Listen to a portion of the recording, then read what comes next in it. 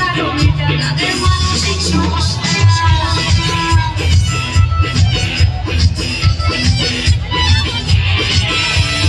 আমার ভালো দেখলে তাদের মনে অমাবস্যা, আসল কারণ এটা তাদের মানসিক সমস্যা।